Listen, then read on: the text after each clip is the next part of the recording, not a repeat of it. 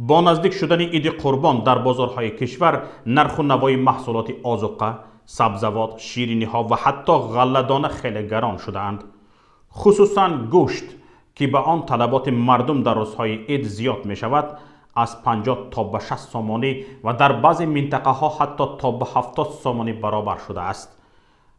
همه ساله با فرا رسیدن عیدهای رمضان و قربان در بازار و مغازه های شهر و ناحیه های کشور نرخ محصولات نیاز مردم بالا برده می شوند که این عملی آنها مردم را نگران می کند. قصابان گوشت فروش شهر دوشنبه در صحبت با رادیوی آزادی گفتند که در این شب و روز نرخ چاروا خیلی بلند شده است و قیمت شوی نرخ گوشت بیشتر به بلند شدن نرخ چاروا ربط دارد. دیدن شب رفتم مول زنده به حد قیمته برای قربانی میگیرن گفته به حد قیمته.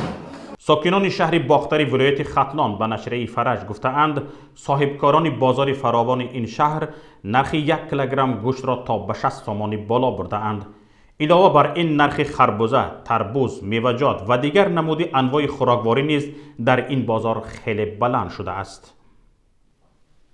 میخواهم اینجا یک اندیشه خود را ابراز کنم. در کشورهای مسلمان نشین میباید در عرفه عیدهای اسلامی گوشت ارزان شود، چون در این روزها خیرات و احسان زیاد می شود. علاوه بر این به مسلمانان قربانی کردن چاروا در عید قربان سنت است.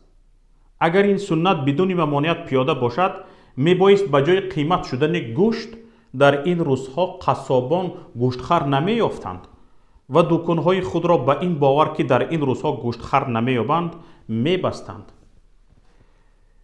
قیمت شوی گوشت خصوصا در عید قربان دو مسئله را آشکار می کند.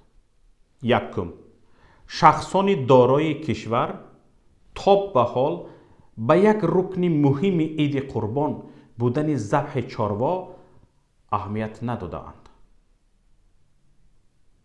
دویم، اینجا قشاق بودن اکثریت مردم تاجیکستان برملا می شود. یعنی مردم حتی توان این را ندارند که به خود روا بینند تا در یک سال اقلاً 1 مرتبه یک سربوز یا گوسفند را ذبح نموده با اطرافیانشان تناول کنند، چون در این حالت هم ثواب میگیرند و هم مهمانداری میکنند و هم عید جشن میگیرند.